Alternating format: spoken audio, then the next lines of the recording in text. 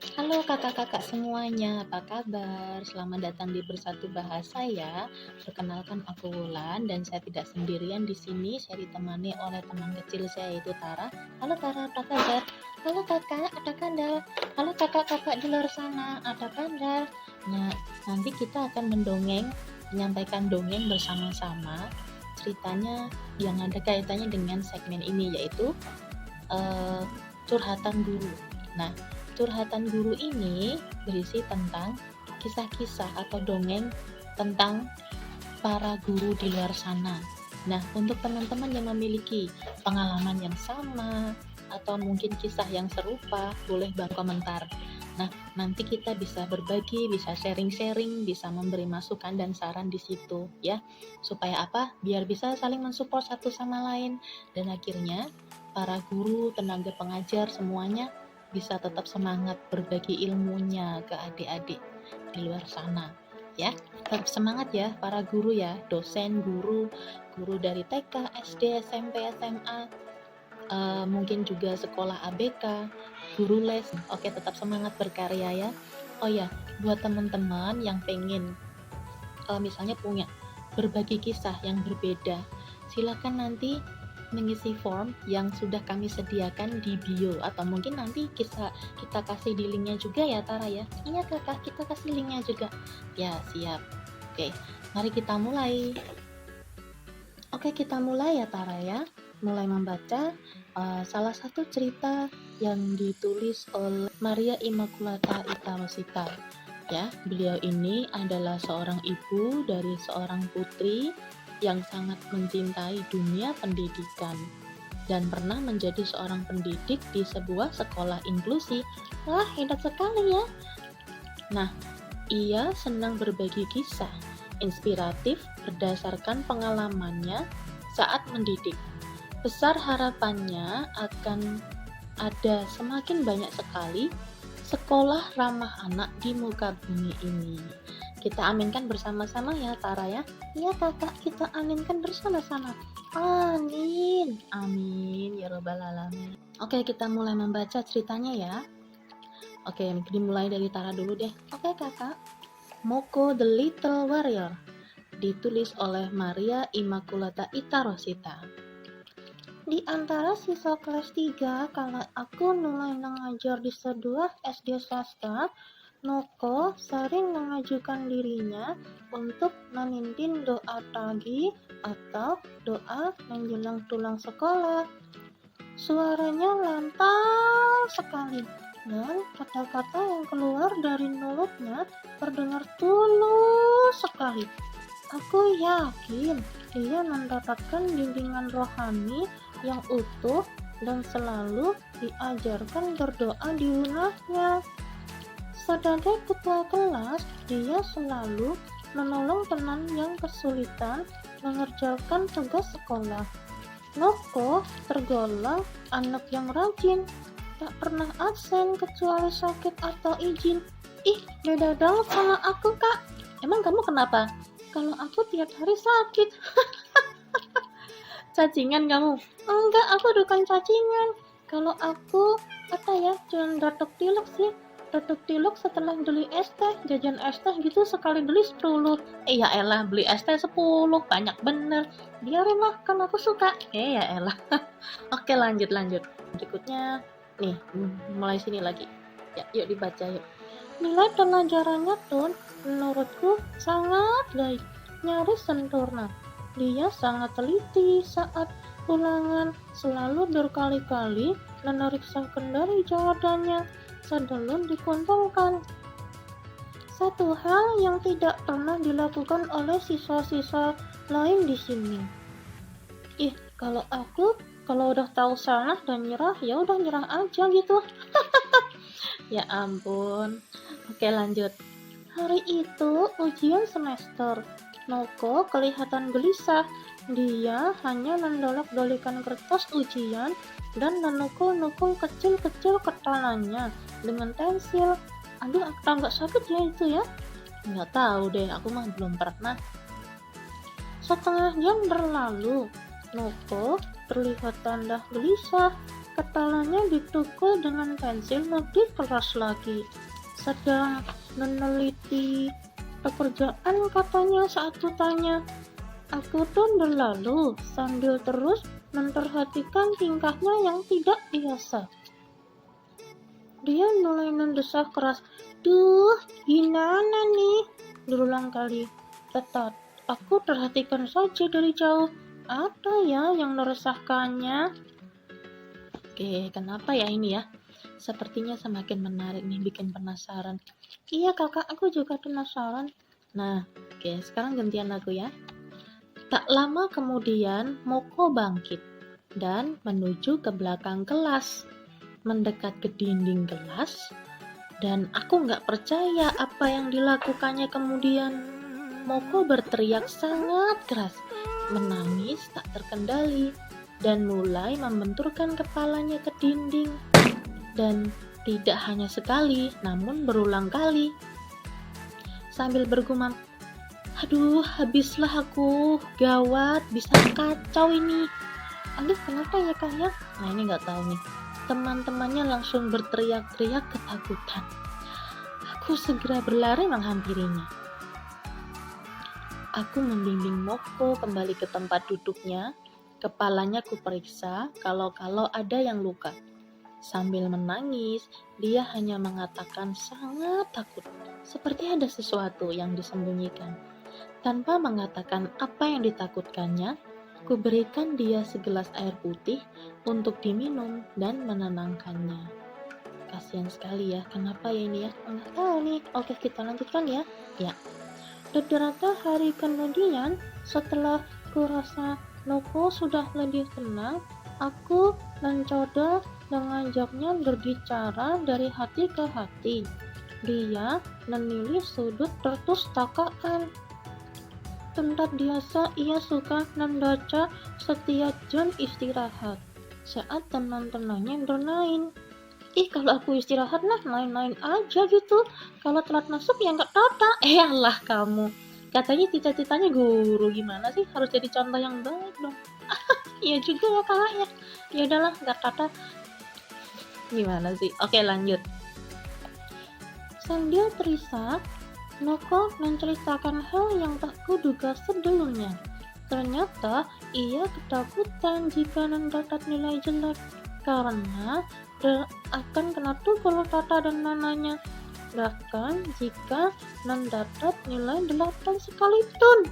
Oh my god, kenapa seperti ini? Aku aja nilai 7, tataku udah seneng. Aduh, nilai 7 papamu udah seneng. Kakak, Noko harus dapat nilai 10 atau minimal 9. Aduh, kalau itu sih aku di pelajaran yang lain kakak. Apa ya waktu itu ya? Karena aku suka bahasa, jadi aku yang nilai paling tinggi sih di 9 atau 10 biasanya di bahasa gitu. Ya kan tiap orang lain-lain. Oke, kita lanjut lagi. Gantian aku yang baca ya. Ya kakak. Keluh hatiku mendengarnya. Mengapa beban Moko seberat ini? Bukankah penilaian tidak hanya kognitif saja? Ini nggak adil. Aku jadi memahami mengapa ia selalu mengecek jawaban berulang-ulang sebelum mengumpulkannya. Betapa dia sangat cemas bila ada jawaban yang salah. Sudah terbayang pukulan bertubi-tubi dari mama atau papa yang siap menunggunya. Aduh, kasihan banget. Oke, lanjut. Miss akan menolongmu, Moko. Kamu yang semangat ya. Aku berusaha menenangkannya. Tak banyak kata yang keluar dari mulutku. Moko mengangguk dan tersenyum. Matanya berbinar. Walaupun aku masih merasakan adanya rasa khawatir dan takut di wajahnya. Aduh, gak kebayang itu kakak. Iya, nggak kebayang, kasihan ya. Oke, lanjut lagi. Ku sampaikan hasil pertemuannya kepada kepala sekolah. Ku ajak serta guru yang pernah menjadi wali kelas Moko sebelumnya. Kami sepakati untuk meminta kedua orang tuanya datang ke sekolah. Sesuatu yang ternyata tidaklah mudah, karena orang tuanya sangat sibuk sekali. Kami harus memohon dan mengatakan ini sangat penting menyangkut masa depan Moko. Oh, oke. 1 minggu kemudian, baru kami dapat bertemu dengan orang tuanya. Ternyata mereka memang memiliki target yang tinggi sekali karena tidak ingin anaknya gagal dalam studi, sehingga nanti sukses dalam pekerjaan. Begitu menurut mereka. Nah, menurut orang tua Noko, ancaman dan pukulan adalah cara efektif untuk membentuk anaknya menjadi tatuh dan rajin belajar. Waduh, oke lanjut. Kami sangat menyayangkan hal itu dan mencoba sampaikan perlakuan yang diterima sekarang tidak hanya dapat membuat luka fisik, namun juga luka batin bagi anak. Kejadian mendatarkan kepala saat ujian dapat mengendali tulang dan mungkin lebih parah jika perlakuan orang tua tidak berubah. Kasihan ya ngebenturin kepala. Kamu pernah benturin kepala nggak? Enggak kakak, tadi aku pernah kejedot saat naik sepeda. Oke, kejedot naik sepeda. Hebat kamu. Aku aja naik sepeda masih bingung. Oke, lanjut. Kami sampaikan juga banyak hal positif dan talenta yang Moko miliki. Selain bidang akademik yang dapat dikembangkan, kami akan support ibu dan bapak. Kami ucapkan seperti itu, supaya meyakinkan mereka. Tapi, meski kulihat ada keraguan dalam responnya ibu dan bapak ini, namun mereka berjanji akan mencoba berubah dan akan keep kontak denganku. Nah, seperti itu. Aku merelakan waktu istirahat untuk belajar lebih banyak tentang parenting dengan membaca buku Personality Plus for Parents serta buku lainnya.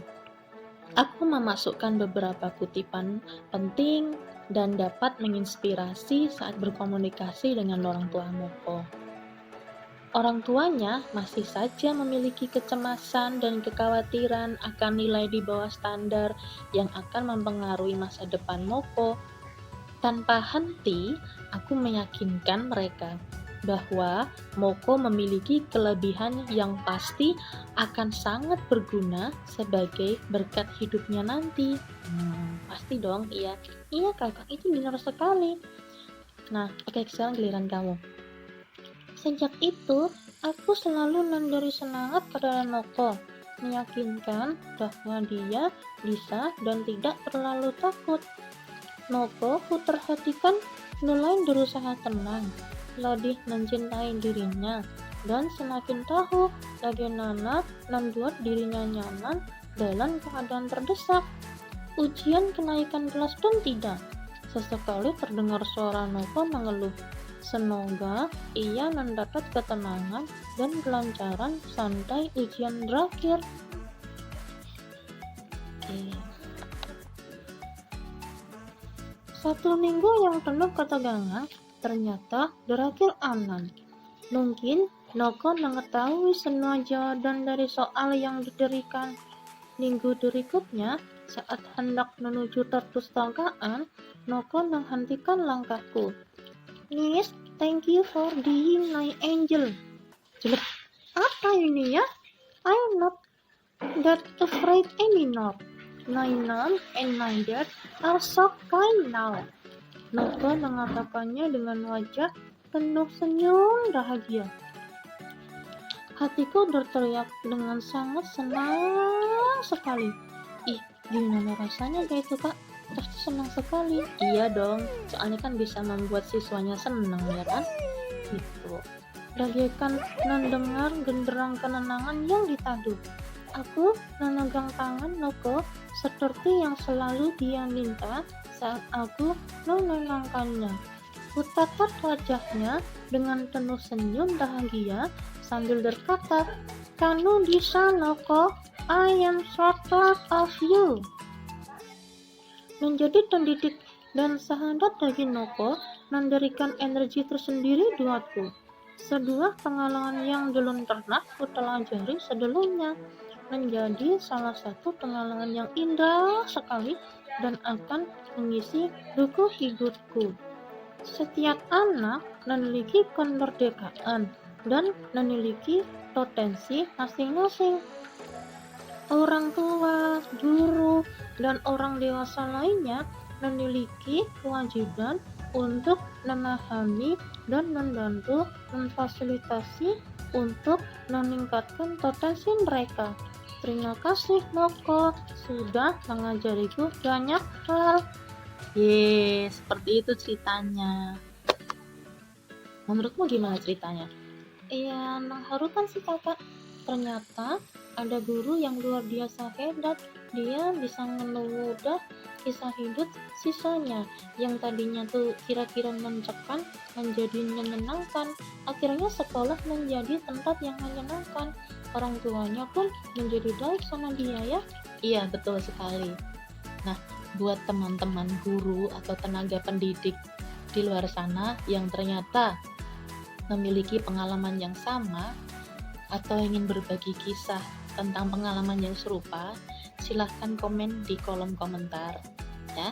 Atau ternyata nanti buat guru-guru atau tenaga pendidik di luar sana yang memiliki kisah yang berbeda dan ingin berbagi dongeng dengan kami, boleh banget itu ya. Nanti tolong dituliskan di link yang sudah kami sediakan. Oke, tetap semangat berkarya ya. Semakin banyak energi positif yang dibagi, semakin banyak energi positif yang diterima. Sehingga anak didik nyaman dengan kita, dan anak didik semakin menjadi lebih pintar. Oke, tetap semangat ya. Dah. Dadah teman-teman semuanya.